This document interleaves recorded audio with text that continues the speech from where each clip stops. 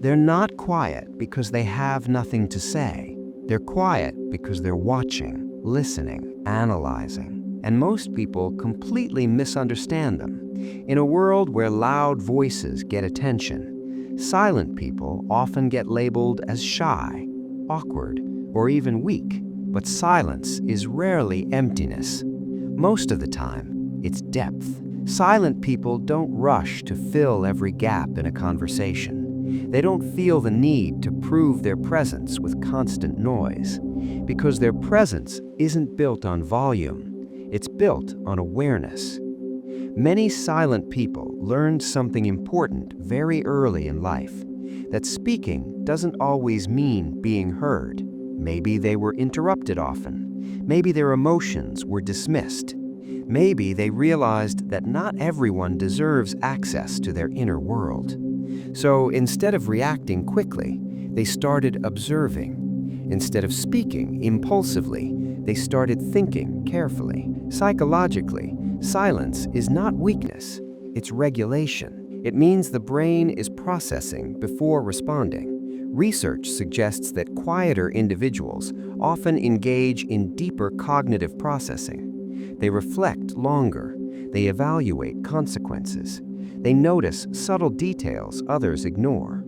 While most people are preparing their next sentence, silent people are studying tone, body language, patterns, inconsistencies. They can sense when something feels off. They can feel tension in a room before anyone says a word.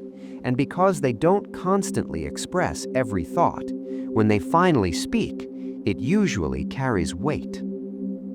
There's something powerful about a person who doesn't talk much, because you know when they do, it matters. Silent people often feel everything intensely. They just don't display everything externally.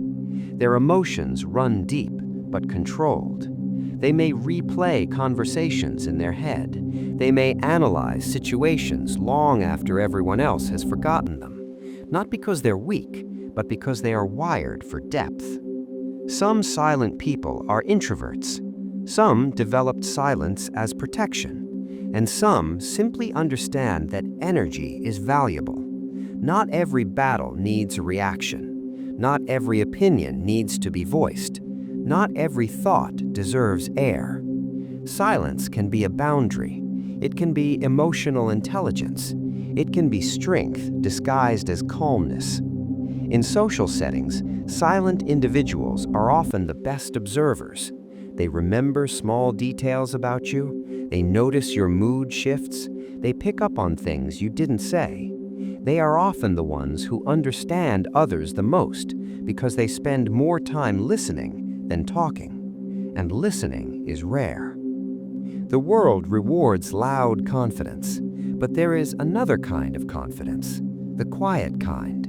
The kind that doesn't need validation, the kind that doesn't chase attention, the kind that stands steady without announcing itself. Silence is powerful when it's chosen, because when your words are limited, they become intentional, and intentional words carry impact. So if you're a silent person, don't confuse your quiet nature with weakness. You are not behind. You are not socially broken. You are not invisible. You are observant. You are thoughtful. You are emotionally aware. And awareness is a different kind of strength. In a noisy world, being silent can be a form of control, a form of intelligence, a form of power.